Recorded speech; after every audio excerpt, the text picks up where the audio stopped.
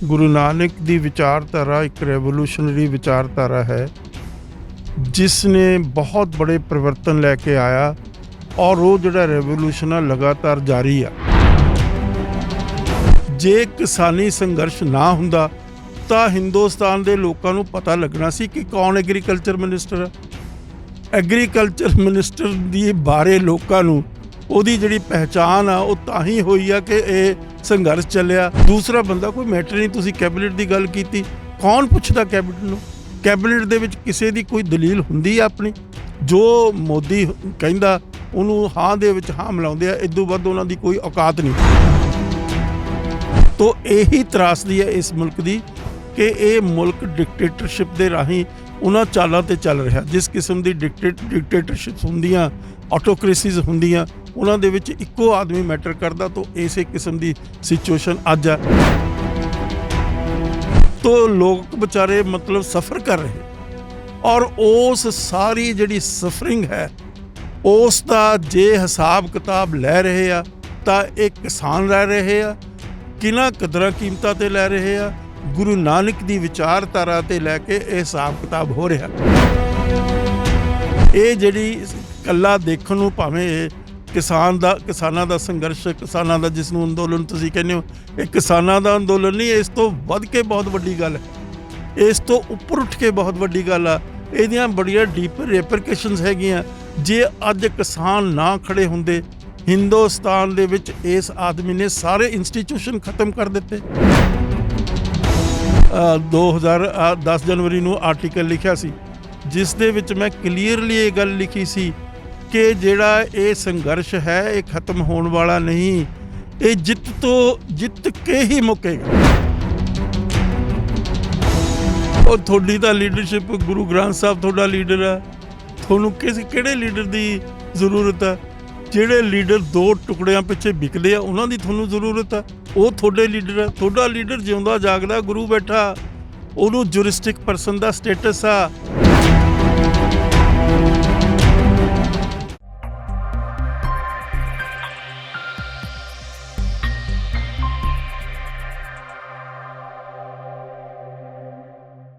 TV 84 ਦੇ ਨਾਲ ਜੁੜੇ ਹੋ। ਮੈਂ ਰਜਿੰਦਰ ਸਿੰਘ ਸਵਰਾਜ ਜਿਵੇਂ ਵੱਖ-ਵੱਖ ਸ਼ਖਸੀਅਤਾਂ ਨੂੰ ਤੁਹਾਡੇ ਦਰਮਿਆਨ ਲੈ ਕੇ ਹਾਜ਼ਰ ਹੁੰਦਾ ਹਾਂ। ਅੱਜ ਕਿਸਾਨੀ ਅੰਦੋਲਨ ਦੇ ਨਾਲ ਸੰਬੰਧਿਤ ਪੂਰਾ ਵਿਖਿਆਨ ਕਰਨ ਵਾਸਤੇ ਸਿੱਖ ਪੰਥ ਦੀ ਮਾਇਨਾਜ ਹਸਤੀ ਸਰਦਾਰ ਗੁਰਦਰਸ਼ਨ ਸਿੰਘ ਢਿੱਲੋਂ ਦੇ ਨਾਲ ਗੱਲਬਾਤ ਕਰਾਂਗੇ, ਕਿਉਂਕਿ ਲੰਮੇ ਸਮੇਂ ਤੋਂ ਕਿਸਾਨ ਦਿੱਲੀ ਦੇ ਬਾਰਡਰਾਂ ਦੇ ਉੱਪਰ ਭਾਰਤ ਦੇ ਵੱਖ-ਵੱਖ ਹਿੱਸਿਆਂ ਦੇ ਵਿੱਚ ਸੰਘਰਸ਼ ਕਰਦਾ ਕਿਸਾਨ ਨਜ਼ਰ ਆ ਰਿਹਾ ਸੀ। ਬਾਰ-ਬਾਰ ਕੇਂਦਰ ਸਰਕਾਰ ਦੇ ਨਾਲ ਮੀਟਿੰਗਾਂ ਤੋਂ ਬਾਅਦ ਦੇਸ਼ ਦੇ ਪ੍ਰਧਾਨ ਮੰਤਰੀ PM ਮੋਦੀ ਦੇ ਵੱਲੋਂ ਗੁਰਪੁਰਬ ਵਾਲੇ ਦਿਨ ਇੱਕ ਇਤਿਹਾਸਕ ਫੈਸਲਾ ਲਿਆ ਜਾਂਦਾ ਹੈ।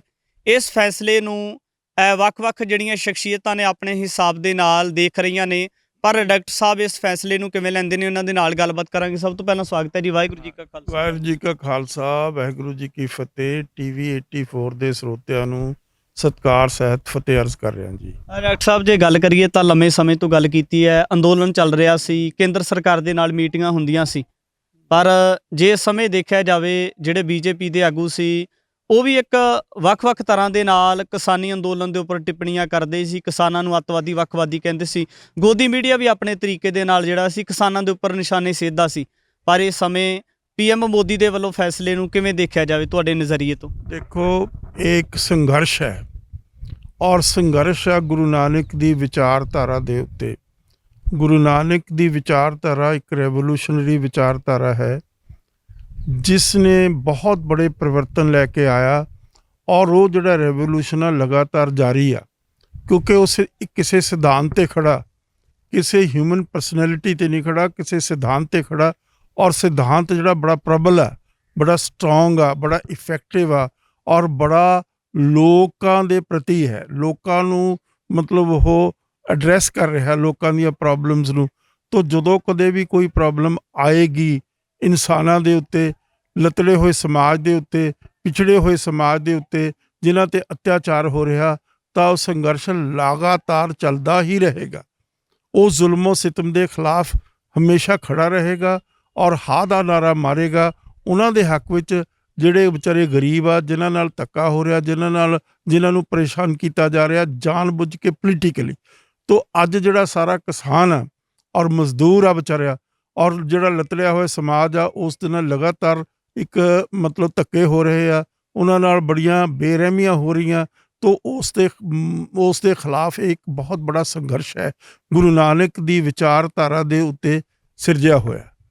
ਡਾਕਟਰ ਸਾਹਿਬ, ਇੱਕ ਸਵਾਲੀਆ ਚਿੰਨ੍ਹ ਲੱਗਦਾ ਕਿ ਲੰਬੇ ਸਮੇਂ ਤੋਂ ਜਿਹੜਾ ਸੀ, ਜਦੋਂ ਕੇਂਦਰ ਦੇ ਨਾਲ ਮੀਟਿੰਗਾਂ ਹੁੰਦੀਆਂ ਸੀ, ਚਾਹੇ ਉਹ ਸਰਜੀਤ ਜਿਆਣੀ ਹੋਣ, ਚਾਹੇ ਉਹ ਬੀਜੇਪੀ ਦੇ ਗਰੇਵਾਲ ਹੋਣ, ਉਹਨਾਂ ਦੀ ਇੱਕ ਭਾਸ਼ਾ ਰਹੀ ਹੈ ਕਿ ਜਿਹੜੇ ਅੰਦੋਲਨ ਕਰ ਰਹੇ ਨੇ ਇਹ ਕੇਵਲ ਇੱਕ ਰਾਜਨੀਤੀ ਹੈ, ਇਹਦੇ ਵਿੱਚ ਕਮਿਊਨਿਸਟ ਨੇ, ਉਗਰਵਾਦੀ ਨੇ, ਖਾਲਿਸਤਾਨੀ ਨੇ, ਇਸ ਤਰੀਕੇ ਦੇ ਨਾਲ ਉਹਨਾਂ ਨੂੰ ਵੱਖ-ਵੱਖ ਤਰੀਕੇ ਦੇ ਨਾਲ ਆਪਣੇ ਵੱਲੋਂ ਡਿਫਾਈਨ ਕੀਤਾ ਜਾਂਦਾ ਸੀ।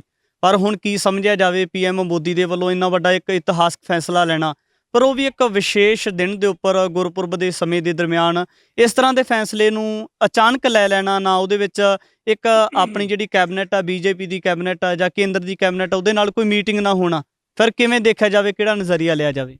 ਦੇਖੋ, ਜਿਹੜੀ ਤੁਸੀਂ ਦੋ ਬੰਦਿਆਂ ਦੇ ਨਾਂ ਲਏ ਆ, ਗਰੇਵਾਲ ਦਾ ਤੇ ਜਿਆਨੀ ਦਾ, ਉਹਨਾਂ ਦੀ ਕੀ ਔਕਾਤ ਆ? ਤੁਸੀਂ ਅਨਨੈਸੈਸਰੀ ਸਾਰਾ ਮੀਡੀਆ ਉਹਨਾਂ ਨੂੰ ਬਹੁਤ ਜ਼ਿਆਦਾ ਇੰਪੋਰਟੈਂਸ ਦੇ ਰਿਹਾ, ਜਿਹੜੀ ਉਹ ਇੰਪੋਰਟੈਂਸ ਡਿਜ਼ਰਵ ਹੀ ਨਹੀਂ ਕਰਦੇ। ਉਹਨਾਂ ਦੀ ਕੋਈ ਸੇ ਨਹੀਂ, ਉਹਨਾਂ ਦਾ ਕੋਈ ਕਿਸੇ ਕਿਸਮ ਦੀ ਉਹਨਾਂ ਦੀ ਪੁੱਛ ਪ੍ਰਤੀਤ ਨਹੀਂ।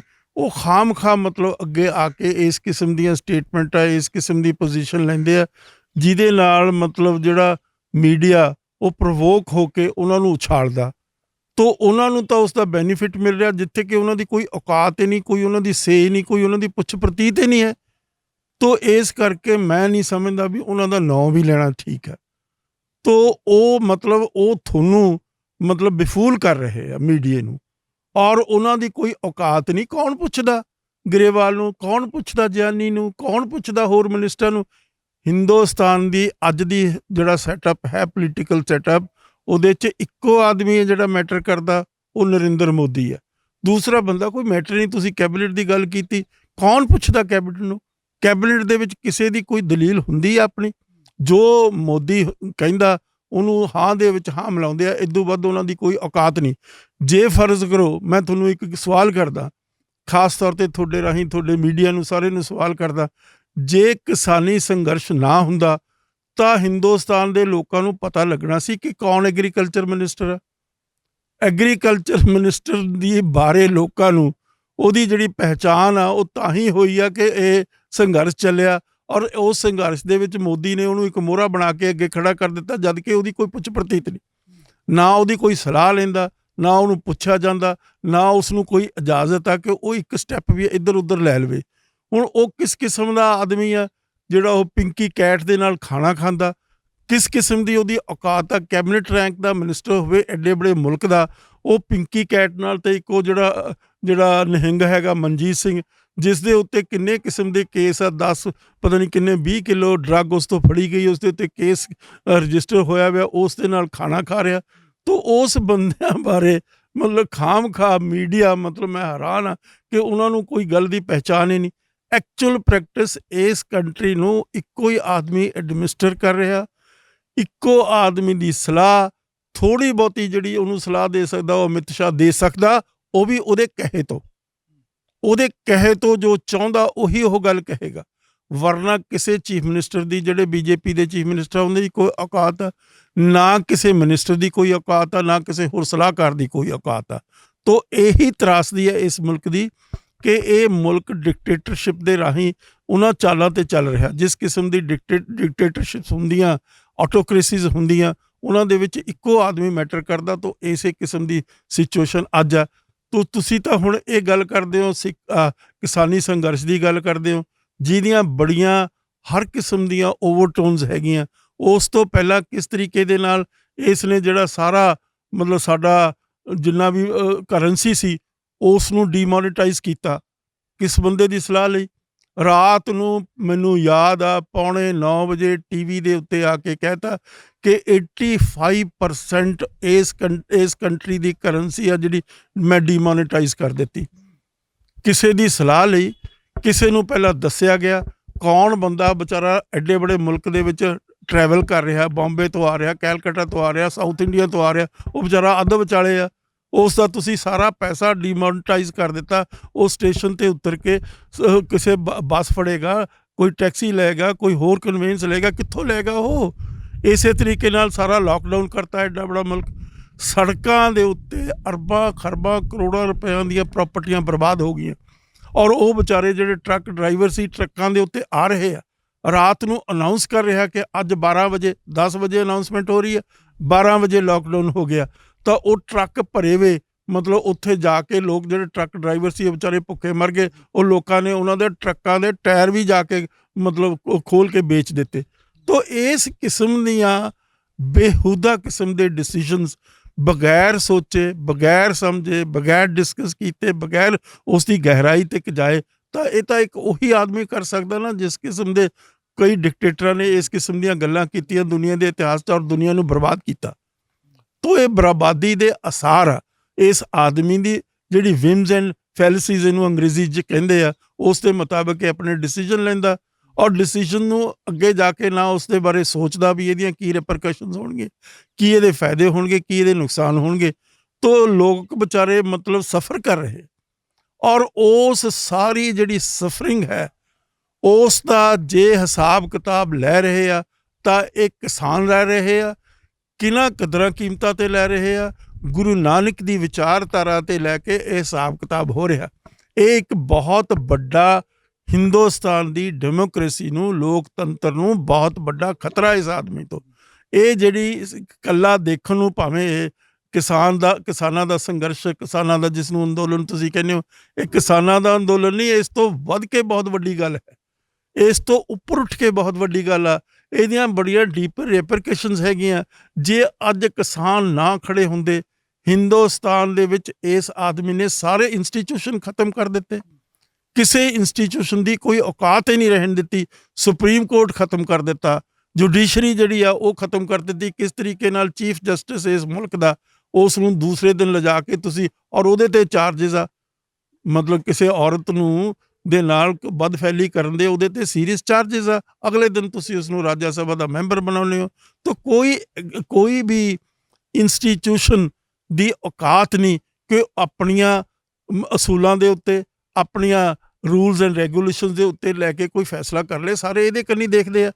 ਐਡੇ ਵੱਡੇ ਮੁਲਕ ਨੂੰ ਜਿਸ ਦੇ ਵਿੱਚ ਇੰਨੀ ਜ਼ਿਆਦਾ ਡਾਇਵਰਸਿਟੀ ਆ, ਇੰਨੇ ਬੜੇ ਮਤਲਬ ਵੱਖਰੇ ਵੱਖਰੇ ਕਿਸਮ ਦੇ ਕਲਚਰ ਆ, ਵੱਖਰੇ ਵੱਖਰੇ ਕਿਸਮ ਦੀਆਂ ਲੈਂਗੁਏਜਿਸ ਆ, ਵੱਖਰੇ ਵੱਖਰੇ ਕਿਸਮ ਦੇ ਧਰਮ ਆ, ਵੱਖਰੇ ਵੱਖਰੇ ਕਿਸਮ ਦੀਆਂ ਰਹੁ ਰੀਤਾਂ, ਉਹਨੂੰ ਇੱਕ ਆਦਮੀ ਬੈਠਾ ਐਡੇ ਬੜੇ ਮੁਲਕ ਦੇ ਵਿੱਚ, ਐਡੀ ਬੜੀ 130 ਕਰੋੜ ਦੀ ਆਬਾਦੀ ਨੂੰ ਉਹ ਆਦਮੀ ਇਕੱਲਾ ਬੈਠਾ, ਮਤਲਬ ਉਸ ਨੂੰ ਇਸ ਤਰੀਕੇ ਦੇ ਨਾਲ ਰੌਂਦ ਰਿਹਾ। ਮੈਂ ਰੂਲ ਨਹੀਂ ਕਹਿ ਰਿਹਾ, ਰੌਂਦ ਰਿਹਾ। ਤਾਂ ਉਸ ਦੇ ਉੱਤੇ ਸਿਰਫ ਕਿਸਾਨ ਖੜਾ। ਕਿਸਾਨ ਕਿਸ ਸਿਧਾਂਤ ਦੇ ਉੱਤੇ ਖੜਾ, ਕਿਸ ਵਿਚਾਰਧਾਰਾ ਦੇ ਉੱਤੇ ਖੜਾ, ਕਿਸ ਆਈਡੀਓਲੋਜੀ ਦੇ ਉੱਤੇ ਖੜਾ, ਉਹ ਸਮਝਣ ਦੀ ਲੋੜ ਆ। ਗੁਰੂ ਨਾਨਕ ਦੀ ਆਈਡੀਓਲੋਜੀ। ਡਾਕਟਰ ਸਾਹਿਬ, ਜਿਸ ਦਿਨ ਬਿੱਲ ਰੱਦ ਹੋਣ ਦਾ ਐਲਾਨ ਹੁੰਦਾ ਹੈ ਤਾਂ PM ਮੋਦੀ ਦੇ ਵੱਲੋਂ ਇੱਕ ਸ਼ਿਕਵਾ ਕੀਤਾ ਜਾਂਦਾ ਹੈ। ਉਹ ਕਹਿੰਦੇ ਮੈਨੂੰ ਅਫਸੋਸ ਹੈ, ਲੰਬੇ ਸਮੇਂ ਤੋਂ ਕਿਸਾਨ ਸੜਕਾਂ ਦੇ ਉੱਪਰ ਬੈਠੇ, ਪਰ ਕਾਨੂੰਨ ਕਿਸਾਨਾਂ ਦੇ ਹਿੱਤਾਂ ਵਾਸਤੇ ਬਣੇ ਸੀ। ਪਰ ਉਹ ਨਾਲ ਇੱਕ ਸਵਾਲ ਪੈਦਾ ਕਰ ਜਾਂਦੇ ਆ ਕਿ ਮੈਂ ਇੱਕ ਕਿਸਾਨਾਂ ਦਾ ਇੱਕ ਹਿੱਸਾ ਆ ਜਿਹਨੂੰ ਸਮਝਾ ਨਹੀਂ ਪਾਇਆ ਇਹਨਾਂ ਕਾਨੂੰਨਾਂ ਦੇ ਬਾਬਤ। ਕਿ ਮੋਦੀ ਸਾਹਿਬ ਦੇ ਇਸ ਬਿਆਨ ਤੋਂ ਕੀ ਅੰਦਾਜ਼ਾ ਲਗਾਇਆ ਜਾ ਸਕਦਾ ਕਿ ਉਹ ਕਿਹੜੇ ਹਿੱਸੇ ਦੀ ਗੱਲ ਕਰਦੇ ਹੋ, ਕਿਤੇ ਪੰਜਾਬ ਦੇ ਲੋਕ ਤੇ ਨਹੀਂ? ਦੇਖੋ, ਪੰਜਾਬ ਦੇ ਲੋਕਾਂ ਉਹਨੂੰ ਪਤਾ, ਕਿਉਂਕਿ ਉਹ ਪੰਜਾਬ ਦੇ ਵਿੱਚ ਬਹੁਤ ਦੇਰ ਰਿਹਾ, ਕਿ ਪੰਜਾਬ ਦੇ ਲੋਕ ਆ ਕਿਸੇ ਸਿਧਾਂਤ 'ਤੇ ਖੜੇ ਆ। ਪੰਜਾਬ ਦੇ ਲੋਕਾਂ ਦੀ ਜਿੰਦ ਜਾਨ ਇੱਕ ਸਿਧਾਂਤ ਆ, ਗੁਰੂ ਨਾਨਕ ਦੀ ਵਿਚਾਰਧਾਰਾ ਹੈ, ਔਰ ਉਹ ਗੁਰੂ ਗ੍ਰੰਥ ਸਾਹਿਬ ਦੇ ਵਿੱਚ ਸਾਨੂੰ ਮਾਕੂਲ ਉਸੇ ਤਰੀਕੇ ਨਾਲ, ਉਸੇ ਸ਼ੇਪ, ਉਸੇ ਫਾਰਮ ਦੇ ਵਿੱਚ ਮਿਲਦੀ ਆ। ਸਾਡੀ ਉਹ ਵਿਰਾਸਤ ਆ, ਅਸੀਂ ਉਸ ਦੇ ਉੱਤੇ ਜਿਉਂਦੇ ਹਾਂ, ਉਸ ਦੇ ਉੱਤੇ ਅਸੀਂ ਸਾਹ ਲੈਂਦੇ ਹਾਂ, ਉਸ ਦੇ ਉੱਤੇ ਅਸੀਂ ਮਰਦੇ ਹਾਂ। ਤਾਂ ਇਸ ਕਰਕੇ ਇਸ ਨੂੰ ਇਸ ਗੱਲ ਦਾ ਅਹਿਸਾਸ ਹੈ ਕਿ ਉਹ ਇਹੋ ਜਿਹੀ ਗੱਲ ਨਹੀਂ। ਉਹ ਤਾਂ ਇੱਕ ਤਰ੍ਹਾਂ ਆਦਮੀ ਜਦੋਂ ਹਾਰ ਜਾਂਦਾ ਤਾਂ ਕੋਈ ਨਾ ਕੋਈ ਐਕਸਕਿਊਜ਼ ਲੈ ਕੇ ਆਉਂਦਾ ਦੁਨੀਆ ਦੇ ਸਾਹਮਣੇ। ਅੱਜ ਇਸ ਬੰਦੇ ਨੇ, ਅੱਜ ਦੇਖੋ ਮੈਂ ਤੁਹਾਨੂੰ ਦੱਸਦਾ, ਨਿਊਯਾਰਕ ਟਾਈਮਸ ਦੇ ਵਿੱਚ ਅੱਜ ਦੀ ਖਬਰ ਆ ਬਹੁਤ ਵੱਡੀ। ਇਸੇ ਤਰੀਕੇ ਨਾਲ CNN ਦੀ ਬੜਾ ਵੱਡਾ ਚੈਨਲ ਆ, ਉਸ ਦੀ ਬੜੀ ਨਿਊਜ਼ ਆ, ਹੈਡਲਾਈਨ ਆ ਉਹਨਾਂ ਦੀ। ਇਸੇ ਤਰੀਕੇ ਨਾਲ ਵਾਸ਼ਿੰਗਟਨ ਪੋਸਟ ਦੀ ਹੈਡਲਾਈਨ ਆ, ਦੂਸਰੇ ਸਾਰੀ ਦੁਨੀਆ ਦੇ ਅਖਬਾਰਾਂ ਦੀ ਹੈਡਲਾਈਨ ਆ। ਔਰ ਉਹਨਾਂ ਨੇ ਆਪਣੀ ਹੈਡਲਾਈਨ ਦੇ ਵਿੱਚ ਕਲੀਅਰ ਕੱਟ ਇਹ ਲਿਖਿਆ ਕਿ ਇਹ ਲੜਾਈ ਹਾਰ ਚੁੱਕਿਆ, ਹਾਰਿਆ ਵਾ ਬੰਦਾ।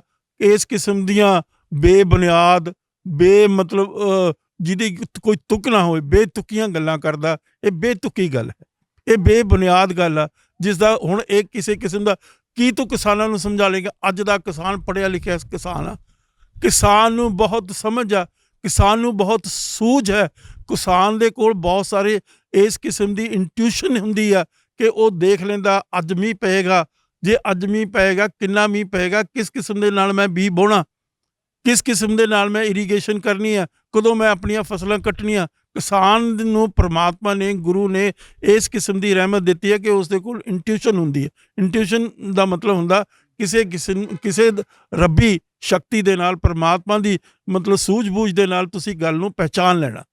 ਤੋ ਕਿਸਾਨ ਆ ਜਿਹੜਾ ਉਹ ਰੱਬ ਦੀ ਰਹਿਮਤ ਦੇ ਉੱਤੇ ਰਹਿੰਦਾ ਕਿਉਂਕਿ ਉਹਦੀ ਇਮਾਨਦਾਰੀ ਹੈ। ਮਹਾਰਾਜ ਨੇ, ਗੁਰੂ ਨਾਨਕ ਦੇਵ ਮਹਾਰਾਜ ਨੇ ਕਿਹਾ, ਐਸੇ ਕਿਸਮ ਦਾ ਮੈਂ ਆਰਟੀਕਲ ਲਿਖਿਆ ਸੀ, ਆਹ ਦੇਖੋ ਵੀਕ ਮੈਗਜ਼ੀਨ ਆ ਜਿਹਦੀਆਂ 25 ਲੱਖ ਕਾਪੀਆਂ ਛਪਦੀਆਂ, ਇਸ ਦੇ ਵਿੱਚ ਮੈਂ ਐਸੇ ਤਰੀਕੇ ਨਾਲ 10 ਜਨਵਰੀ ਨੂੰ 10 ਜਨਵਰੀ ਨੂੰ ਆਰਟੀਕਲ ਲਿਖਿਆ ਸੀ, ਜਿਸ ਦੇ ਵਿੱਚ ਮੈਂ ਕਲੀਅਰਲੀ ਇਹ ਗੱਲ ਲਿਖੀ ਸੀ ਕਿ ਜਿਹੜਾ ਇਹ ਸੰਘਰਸ਼ ਹੈ ਇਹ ਖਤਮ ਹੋਣ ਵਾਲਾ ਨਹੀਂ, ਇਹ ਜਿੱਤ ਕੇ ਹੀ ਮੁੱਕੇਗਾ। ਉਸ ਤੋਂ ਪਹਿਲਾਂ ਇਸ ਦੇ ਵਿੱਚ ਕੋਈ ਆਨੀ-ਖਾਨੀ ਕੀਤੀ ਨਹੀਂ ਜਾ ਸਕਦੀ, ਨਾ ਇਸ ਦਾ ਕੋਈ ਲੀਡਰ ਆ ਮਾਫ ਕਰਨਾ। ਉਹ ਪਹਿਲਾਂ ਕਿਸੇ ਮਾੜੇ ਮੋਟੇ ਅੰਦੋਲਨ ਜੇ ਚੱਲੇ, ਉਹ ਅੰਨਾ ਹਜ਼ਾਰੇ ਇੱਕ ਆਇਆ, ਐਵੇਂ ਨਾਚ ਜਾ ਕਰਕੇ 2-3 ਦਿਨ ਦਿੱਲੀ ਤੋਂ ਵਾਪਸ ਭੱਜ ਗਿਆ, ਔਰ ਹੁਣ ਪਤਾ ਹੀ ਨਹੀਂ ਕਿੱਥੇ ਆ ਕਿੱਥੇ ਨਹੀਂ। ਉਹਨੂੰ ਕੋਈ ਸੂਝ-ਬੂਝ ਨਹੀਂ ਕਿ ਕੀ ਹੋ ਰਿਹਾ ਹੁਣ ਇਸ ਮੁਲਕ ਦੇ ਵਿੱਚ। ਇਸੇ ਤਰੀਕੇ ਦੇ ਨਾਲ ਜੈ ਪ੍ਰਕਾਸ਼ ਨਾਰਾਇਣ ਦਾ ਇੱਕ ਅੰਦੋਲਨ ਸੀ, ਬੜਾ ਚੱਲਿਆ, ਇੰਦਰਾ ਗਾਂਧੀ ਨੇ ਜਦੋਂ ਐਮਰਜੈਂਸੀ ਲਾਈ।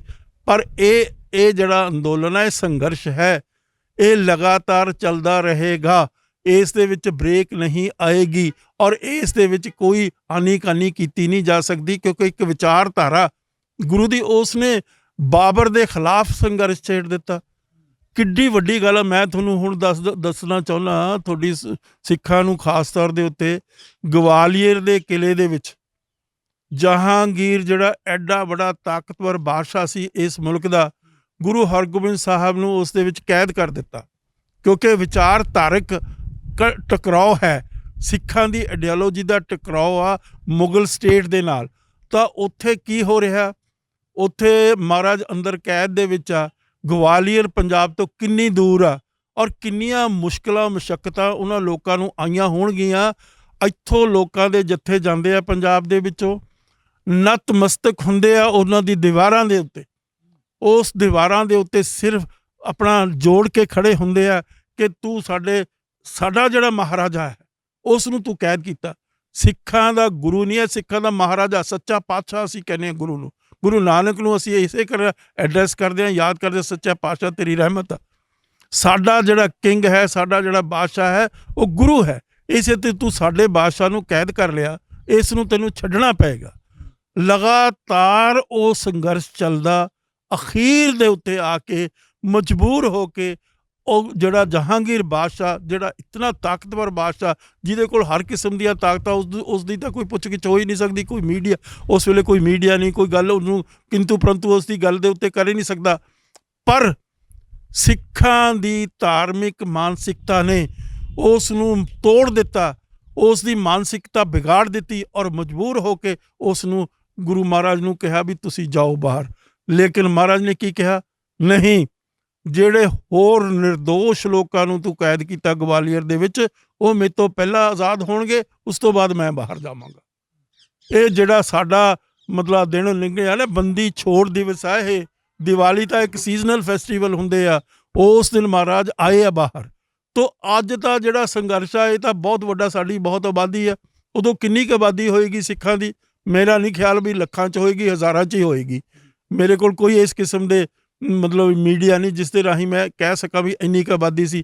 ਪਰ ਮੈਂ ਦਾਤ ਦਿੰਦਾ ਉਹਨਾਂ ਸਿੱਖਾਂ ਨੂੰ, ਮੈਂ ਸਿਰ ਝੁਕਾਉਂਦਾ ਉਹਨਾਂ ਸਿੱਖਾਂ ਦੇ ਅੱਗੇ ਜਿਨ੍ਹਾਂ ਨੇ ਉਸ ਵੇਲੇ ਜਹਾਂਗੀਰ ਦੇ ਪੀਰੀਅਡ ਦੇ ਵਿੱਚ ਨਾ ਰੇਲਵੇ ਆ, ਨਾ ਸੜਕ ਆ, ਨਾ ਬੱਸ ਆ, ਨਾ ਰਸਤੇ 'ਚ ਕੋਈ ਠਹਿਰ ਆ। ਉਹ ਜਾ ਰਹੇ ਆ ਪੰਜਾਬ ਦੇ ਵਿੱਚੋਂ, ਲਗਾਤਾਰ ਜੱਥੇ ਬਣਾ ਕੇ ਸਰਦਾਰ ਸਾਹਿਬ ਉਹ ਜਾ ਰਹੇ ਉੱਥੇ। ਸਿੱਖਾਂ ਨੂੰ ਇਸ ਗੱਲ ਦਾ ਅਹਿਸਾਸ ਨਹੀਂ, ਮੈਂ ਅਹਿਸਾਸ ਕਰਾਉਣਾ ਚਾਹੁੰਦਾ। ਸਿੱਖਾਂ ਵਿੱਚ ਗੁਰੂ ਨੇ ਉਹ ਸ਼ਕਤੀ ਦਿੱਤੀ ਆ। ਬਾਬਰ ਨੂੰ ਜਾਬਰ ਕਹਿ ਦਿੱਤਾ ਗੁਰੂ ਨਾਨਕ ਨੇ। ਕੌਣ ਕਹਿ ਸਕਦਾ ਸੀ ਬਾਬਰ ਨੂੰ ਜਾਬਰ? ਤੁਸੀਂ ਤਾਂ ਇਤਿਹਾਸ ਪੜ੍ਹਿਆ ਨਹੀਂ, ਮੈਂ ਸਾਰਾ ਇਤਿਹਾਸ ਪੜ੍ਹਿਆ ਹੋਇਆ। ਤੋ ਡਾਕਟਰ ਸਾਹਿਬ, ਇੱਕ ਸਵਾਲ ਹੈ ਕਿ ਲਗਾਤਾਰ ਜਿਹੜੀਆਂ ਸੀ ਪੰਜਾਬ ਦੇ ਲੋਕਾਂ ਨੂੰ ਕੁਝ ਸਮੇਂ ਤੋਂ ਜਿਹੜੀਆਂ ਸੀ ਹਾਰ ਦਾ ਸਾਹਮਣਾ ਕਰਨਾ ਪੈਂਦਾ ਰਿਹਾ ਸੀ, ਚਾਹੇ ਉਹ ਰਾਜਸੀ ਸੰਕਟ ਹੋਣ, ਚਾਹੇ ਹੋਰ ਸੰਕਟ ਹੋਣ, ਚਾਹੇ ਉਹ ਕੁਦਰਤੀ ਸਰੋਤਾਂ ਦੀ ਗੱਲ ਹੋਵੇ। ਪਰ ਇਸ ਸਮੇਂ ਜਿੱਤ ਪ੍ਰਾਪਤ ਕੀਤੀ ਗਈ ਹੈ। ਸਿੱਖ ਕੌਮ ਦੀ ਜਿਹੜਾ ਇਸ ਅੰਦੋਲਨ ਦੇ ਵਿੱਚ ਇੱਕ ਅਹਿਮ ਭੂਮਿਕਾ ਰਹੀ ਹੈ। ਤਾਂ ਕੀ ਲੱਗਦਾ ਹੈ ਕਿ ਇਸ ਅੰਦੋਲਨ ਦੇ ਵਿੱਚ ਜਿਹੜੀ ਅਹਿਮ ਭੂਮਿਕਾ ਰੱਖਣ ਵਾਲੇ ਸਿੱਖ ਹੈ, ਕਿ ਇਹਨਾਂ ਨੂੰ ਆਉਣ ਵਾਲੇ ਸਮੇਂ ਦੇ ਵਿੱਚ ਪੰਜਾਬ ਦੇ ਵਿੱਚ ਜਿਹੜੀਆਂ ਪਰਿਸਥਿਤੀਆਂ ਪੈਦਾ ਹੋ ਰਹੀਆਂ ਨੇ ਉਹਨਾਂ ਦਾ ਵੀ ਸਾਹਮਣਾ ਕਰਨਾ ਪੈ ਸਕਦਾ ਹੈ, ਜਾਂ ਕੇਂਦਰ ਦੇ ਵੱਲੋਂ ਵੀ ਇਸ ਤਰ੍ਹਾਂ ਦੇ ਏਜੰਡੇ ਉਲੀਕੇ ਜਾ ਸਕਦੇ ਇਹਨਾਂ ਵਾਸਤੇ? ਕੋਲ ਕੇਂਦਰ ਸ਼ੁਰੂ ਤੋਂ ਲੈ ਕੇ 1947 ਤੋਂ ਲੈ ਕੇ ਅੱਜ ਤੱਕ ਸਾਡੇ ਖਿਲਾਫ ਆ, ਸਾਡੇ ਵਿਰੋਧ 'ਚ ਆ। ਕਿਉਂ ਵਿਰੋਧ 'ਚ ਆ? ਉਹਦਾ ਇੱਕ ਕਾਰਨ ਆ। ਜਿਸ ਦਿਨ ਸ੍ਰੀ ਗੁਰੂ ਗ੍ਰੰਥ ਸਾਹਿਬ ਦੀ ਸਿਰਜਣਾ ਹੋਈ ਆ, ਪੋਥੀ ਸਾਹਿਬ ਉਸ ਨੂੰ ਕਹਿੰਦੇ ਸੀ, ਪੋਥੀ ਸਾਹਿਬ ਦੀ ਕੰਪਾਈਲੇਸ਼ਨ ਹੋਈ ਆ, ਉਸੇ ਦਿਨ ਤੋਂ ਸਾਡੇ ਖਿਲਾਫ ਸਾਰੀ ਦੁਨੀਆ ਦੀ ਐਸਟੈਬਲਿਸ਼ਮੈਂਟ ਖੜੀ ਹੋ ਗਈ। ਕਿਉਂ ਖੜੀ ਹੋ ਗਈ? ਇਹਦੇ ਕਾਰਨ ਮਤਲਬ ਥੋੜ੍ਹਾ ਜਿਹਾ ਸਾਈਡ 'ਤੇ ਜਾ ਕੇ ਤੁਹਾਨੂੰ ਤੁਹਾਡੇ ਰਾਹੀਂ ਤੁਹਾਡੇ ਸਰੋਤਿਆਂ ਨੂੰ ਸਮਝਾਉਣਾ ਚਾਹੁੰਦਾ। ਦੁਨੀਆ ਦੇ ਜਿਹੜੇ ਦੂਸਰੇ ਧਾਰਮਿਕ ਗ੍ਰੰਥ ਆ ਉਹ ਸਕ੍ਰਿਪਚਰਸ ਹੈਗੇ। ਸਕ੍ਰਿਪਚਰ ਹੁੰਦੀ ਆ ਰਸਤਾ ਦੱਸਦੀ ਆ ਰੱਬ ਤੱਕ ਪਹੁੰਚਣ ਦਾ, ਚਾਹੇ ਉਹ ਗੀਤਾ, ਚਾਹੇ ਉਪਨਿਸ਼ਦ ਆ, ਚਾਹੇ ਪੁਰਾਣ ਆ, ਚਾਹੇ ਕੋਈ ਕੁਰਾਨ ਆ, ਬਾਈਬਲ ਆ, ਟੋਰਾ, ਜੋ ਵੀ ਦੁਨੀਆ ਦੀਆਂ ਸਾਰੀਆਂ ਸਕ੍ਰਿਪਚਰਸ ਆ ਉਹ ਸਕ੍ਰਿਪਚਰ ਹੈਗੀਆਂ, ਉਹ ਰਸਤਾ ਦੱਸਦੀਆਂ ਰੱਬ ਤੱਕ ਪਹੁੰਚਣ ਦਾ। ਸਾਡੇ ਕੋਲ ਕੀ ਆ? ਸ਼੍ਰੀ ਗੁਰੂ ਗ੍ਰੰਥ ਸਾਹਿਬ ਜਿਉਂਦਾ ਜਾਗਦਾ ਸਾਕਸ਼ਾਤ ਗੁਰੂ ਹੈ, ਜਿਉਂਦਾ ਜਾਗਦਾ ਸਾਕਸ਼ਾਤ ਗੁਰੂ ਹੈ। ਪੋਥੀ ਪਰਮੇਸ਼ਰ ਕਾ ਥਾਨ, ਮੈਂ ਨਹੀਂ ਕਹਿ ਰਿਹਾ, ਗੁਰੂ ਗ੍ਰੰਥ ਸਾਹਿਬ ਦੇ ਵਿੱਚ ਲਿਖੀ ਵੀ ਗੱਲ ਹੈ। ਸਿੱਖਾਂ ਨੇ ਪੜ੍ਹੀ ਨਹੀਂ, ਜੇ ਪੜ੍ਹੀ ਹੈ ਤਾਂ ਸਮਝੀ ਨਹੀਂ ਗੱਲ ਕੀ ਹੈ। ਤੁਹਾਨੂੰ ਉਹ ਚੀਜ਼ ਦੇ ਦਿੱਤੀ ਗੁਰੂ ਨੇ ਜਿਹੜੀ ਅੱਜ ਤੱਕ ਕਿਸੇ ਵੀ ਹੋਰ ਜਿਹੜੇ ਜਿੰਨੇ ਵੀ ਧਰਮ ਆ ਉਹਨਾਂ ਦੇ ਕੋਲ ਇਹ ਚੀਜ਼ ਨਹੀਂ ਹੈਗੀ। ਤੋ ਤੁਸੀਂ ਉਸ ਚੀਜ਼ ਨੂੰ ਲੈ ਕੇ ਜਦੋਂ ਇਹ ਗੱਲ ਹੋ ਗਈ, ਇਹ ਐਲਾਨ ਹੋ ਗਿਆ। ਕਿਸ ਤਰ੍ਹਾਂ ਐਲਾਨ ਹੋਇਆ? ਮਹਾਰਾਜ ਪੋਥੀ ਲੈ ਕੇ ਆਉਂਦੇ ਆ, ਤਾਂ ਜਦੋਂ ਦਰਬਾਰ ਸਾਹਿਬ ਦੇ ਵਿੱਚ ਆਉਂਦੇ ਆ, ਹਰਿਮੰਦਰ 'ਚ ਨਹੀਂ, ਦਰਬਾਰ ਸਾਹਿਬ ਦੇ ਵਿੱਚ ਆਉਂਦੇ ਆ, ਗੁਰੂ ਸਹਿਨਸ਼ਾਹ ਹੈ, ਗੁਰੂ ਰਾਜਿਆਂ ਦਾ ਰਾਜਾ ਹੈ, ਤਾਂ ਉਹਦਾ ਦਰਬਾਰ ਹੀ ਹੋਏਗਾ, ਉਸ ਦਾ ਮੰਦਰ ਨਹੀਂ ਹੋਏਗਾ, ਮਾਫ ਕਰਨਾ। ਤੋ ਜਦੋਂ ਆਉਂਦੇ ਆ ਤਾਂ ਮਹਾਰਾਜ ਜਿੱਥੇ ਆਪ ਮੰਜੀ ਤੇ ਬਿਰਾਜਮਾਨ ਹਨ, ਆਪ ਨੀਚੇ ਆ ਜਾਂਦੇ ਆ, ਫਰਸ਼ ਦੇ ਉੱਤੇ ਬੈਠ ਜਾਂਦੇ ਆ ਦੂਸਰੇ ਸਿੱਖਾਂ ਦੇ ਨਾਲ, ਤੇ ਜਿਹੜੀ ਪੋਥੀ ਸਾਹਿਬ ਆ ਉਸ ਨੂੰ ਮੰਜੀ ਤੇ ਬਿਰਾਜਮਾਨ ਕਰ ਦਿੰਦੇ ਆ।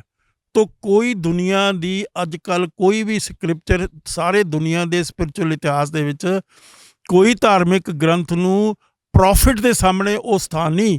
ਪ੍ਰੋਫਿਟ ਉਹਨਾਂ ਦੇ ਲਈ ਉੱਚਾ, ਜਿਹੜਾ ਧਾਰਮਿਕ ਪੁਸਤਕ ਆ ਉਹਦੇ ਨੀਚੇ ਆ। ਇੱਥੇ ਜਿਹੜੀ ਧਾਰਮਿਕ ਜਿਹੜਾ ਤੁਹਾਡਾ ਹੈ ਗ੍ਰੰਥ, ਜਿਹੜਾ ਹੈ ਪੋਥੀ, ਜਿਹੜੀ ਹੈ ਜਿਉਂਦਾ ਜਾਗਦਾ ਸਾਕਸ਼ਾਤ ਗੁਰੂ, ਆ ਉੱਪਰ ਆ, ਪ੍ਰੋਫਿਟ ਨੀਚੇ ਹੈ। ਇਹ ਇੱਕ ਬਹੁਤ ਵੱਡਾ ਮਤਲਬ ਸਪਿਰਚੁਅਲ ਰੈਵੋਲੂਸ਼ਨ ਆ ਦੁਨੀਆ ਦੀ ਸਪਿਰਚੁਅਲਿਟੀ ਦੇ ਇਤਿਹਾਸ ਦੇ ਵਿੱਚ। ਤੋ ਸਿੱਖ ਇਸ ਨੂੰ ਆਪ ਹੀ ਨਹੀਂ ਸਮਝੇ, ਕਿਉਂਕਿ ਇੱਕ ਯੂਨੀਕ ਚੀਜ਼ ਹੈ, ਇੱਕ ਵਿਲੱਖਣ ਚੀਜ਼ ਹੈ। ਜਿਸ ਦਿਨ ਤੋਂ ਪੋਥੀ ਆਈ ਆ, ਉਸ ਦਿਨ ਤੋਂ ਸਾਡਾ ਵਿਰੋਧ ਸਾਰੇ ਧਰਮਾਂ ਦੇ ਨਾਲ ਆ।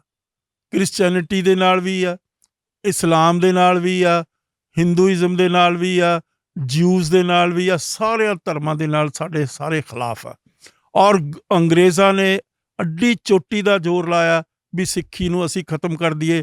ਸਿੱਖਾਂ ਦੇ 5 ਧਾਰਮਿਕ ਸਥਾਨਾਂ ਨੂੰ ਉਹਨਾਂ ਨੇ ਕੈਪਚਰ ਕੀਤਾ, ਨਾ ਕੋਈ ਹਿੰਦੂ ਮੰਦਰ ਕੀਤਾ, ਨਾ ਮੁਸਲਮਾਨਾਂ ਦੀ ਮਸਜਿਦ ਕੀਤੀ। ਤੋ ਇਸ ਕਰਕੇ ਮੁਗਲਾਂ ਨੇ ਯਤਨ ਲਾਤੇ। ਕਿਸ ਗੱਲ ਦੀ ਸ਼ਹਾਦਤ ਆ ਗੁਰੂ ਅਰਜਨ ਦੀ? ਇਸ ਗੱਲ ਦੀ ਸ਼ਹਾਦਤ ਆ ਵੀ ਤੂੰ ਉਸ ਨੂੰ ਇਹ ਕਹਿ ਦਿੱਤਾ ਕਿ ਉਹ ਪਰਮੇਸ਼ਰ ਔਰ ਰੱਬ ਆ ਜਿਹੜੀ ਪੋਥੀ ਆ। ਤਾਂ ਇਸਲਾਮ ਕੀ ਕਹਿੰਦਾ? ਪ੍ਰੋਫਿਟ ਕਹਿੰਦਾ I am the last prophet in this universe and there cannot be any other prophet after me।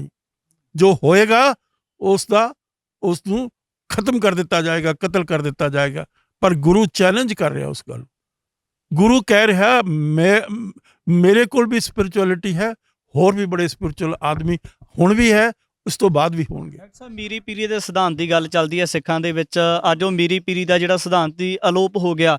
ਨਾ ਹੀ ਸਾਨੂੰ ਅੱਜ ਕੋਈ ਲੀਡਰਸ਼ਿਪ ਇਸ ਤਰ੍ਹਾਂ ਅਜਿਹੇ ਸਮੇਂ ਦੇ ਵਿੱਚ ਨਜ਼ਰ ਆਉਂਦੀ ਹੈ।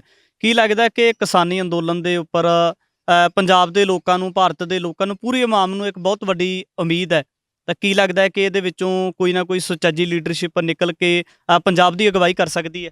ਉਹ ਤੁਹਾਡੀ ਤਾਂ ਲੀਡਰਸ਼ਿਪ, ਗੁਰੂ ਗ੍ਰੰਥ ਸਾਹਿਬ ਤੁਹਾਡਾ ਲੀਡਰ ਆ। ਤੁਹਾਨੂੰ ਕਿਹੜੇ ਲੀਡਰ ਦੀ ਜ਼ਰੂਰਤ ਆ? ਜਿਹੜੇ ਲੀਡਰ 2 ਟੁਕੜਿਆਂ ਪਿੱਛੇ ਵਿਕਦੇ ਆ ਉਹਨਾਂ ਦੀ ਤੁਹਾਨੂੰ ਜ਼ਰੂਰਤ ਆ। ਉਹ ਤੁਹਾਡੇ ਲੀਡਰ ਆ। ਤੁਹਾਡਾ ਲੀਡਰ ਜਿਉਂਦਾ ਜਾਗਦਾ ਗੁਰੂ ਬੈਠਾ, ਉਹਨੂੰ ਜੁਰਿਸਟਿਕ ਪਰਸਨ ਦਾ ਸਟੇਟਸ ਆ। ਉਹ ਇੰਡੀਅਨ ਸੁਪਰੀਮ ਕੋਰਟ ਨੇ ਫੁੱਲ ਬੈਂਚ ਨੇ 3 ਬੈਂਚਾਂ ਦੇ ਡਿਸੀਜਨ ਆਇਆ ਹੋਇਆ ਕਿ ਉਹ ਜੁਰਿਸਟਿਕ ਪਰਸਨ ਸਿਰਫ ਗੁਰੂ ਗ੍ਰੰਥ ਸਾਹਿਬ ਆ, ਨਾ ਕੋਈ ਆਈਡਲ ਆ ਜਿਹੜਾ ਮੂਰਤੀਆਂ ਜਿਹਨਾਂ ਨੂੰ ਤੁਸੀਂ ਕਹਿੰਦੇ ਹੋ, ਨਾ ਕ੍ਰਾਸ ਆ ਜਿਹਨੂੰ ਈਸਾਈ ਮੰਨਦੇ ਆ, ਉਹਦੇ 'ਚ ਸਾਫ਼ ਤੌਰ ਤੇ ਤਿੰਨ ਜੱਜਾਂ ਨੇ ਸੁਪਰੀਮ ਕੋਰਟ ਦੇ ਨੇ ਫੈਸਲਾ ਦਿੱਤਾ ਹੋਇਆ, ਜਿਸ ਦੇ ਨਾਂ ਦੇ ਉੱਤੇ ਪ੍ਰਾਪਰਟੀ ਖਰੀਦੀ ਜਾ ਸਕਦੀ ਆ, ਉਸ ਦੀ ਰਜਿਸਟਰੀ ਹੋ ਸਕਦੀ ਹੈ, ਉਸ ਦਾ ਇੰਤਕਾਲ ਹੋ ਸਕਦਾ। ਹੋਰ ਕਿਸੇ ਵੀ ਧਾਰਮਿਕ ਗ੍ਰੰਥ ਤੇ ਉਹ ਧਾਰਮਿਕ ਗ੍ਰੰਥ ਦੀ ਜਿਹੜੀ ਉਹ ਔਕਾਤ ਨਹੀਂ ਜੋ ਗੁਰੂ ਗ੍ਰੰਥ ਸਾਹਿਬ ਦੀ ਔਕਾਤ ਗੁਰੂ ਨੇ ਆਪ ਕੀਤੀ ਵੀ ਆ, ਔਰ ਉਹਦੇ 'ਚ ਸਾਰਾ ਕੁਝ ਲਿਖਿਆ ਹੋਇਆ। ਪਰ ਸਿੱਖ ਕੀ ਆ, ਉਹਨੂੰ ਉਈਓ ਪੜ੍ਹ ਲੈਂਦੇ, ਗੁਣਗੁਣਾ ਲੈਂਦੇ ਆ। ਗੁਰੂ ਨਾਲ ਡਾਇਲੋਗ ਤਾਂ ਕਰਦੇ ਹੀ ਨਹੀਂ। ਗੁਰੂ ਨਾਲ ਤੁਸੀਂ ਡਾਇਲੋਗ ਕਰਨਾ, ਗੁਰੂ ਨੂੰ ਤੁਸੀਂ ਸਵਾਲ ਕਰਨੇ, ਉਹ ਤੁਹਾਨੂੰ ਸਵਾਲ ਉਸ ਦੇ ਵਿੱਚ ਜਵਾਬ ਪਏ ਆ। ਤੋ ਇਸ ਕਰਕੇ ਐਵੇਂ ਘਬਰਾਉਣ ਦੀ ਲੋੜ ਨਹੀਂ, ਲੱਭਣ ਦੀ ਲੀਡ ਕੀ ਲੱਭ ਲਓਗੇ ਤੁਸੀਂ? ਬਾਦਲ ਲੱਭ ਲਓਗੇ ਤੇ ਅਮਰਿੰਦਰ ਸਿੰਘ ਲੱਭ ਲਓਗੇ ਤੇ ਹੋਰ ਇਹੋ ਜਿਹੇ ਲੱਲੜ ਪੜਵੜ ਜੇ ਫਿਰਦੇ ਆ ਜਿਹੜੇ ਝੋਲੀ ਚੱਕ ਜੇ ਫੜ ਲਓਗੇ। ਉਹ ਲੀਡਰ ਤੁਹਾਡੇ ਨਹੀਂ ਹੈ, ਉਹ ਉਹਨਾਂ ਦੇ ਥਾਪੇ ਹੋਏ ਲੀਡਰ ਆ ਦਿੱਲੀ ਦੇ।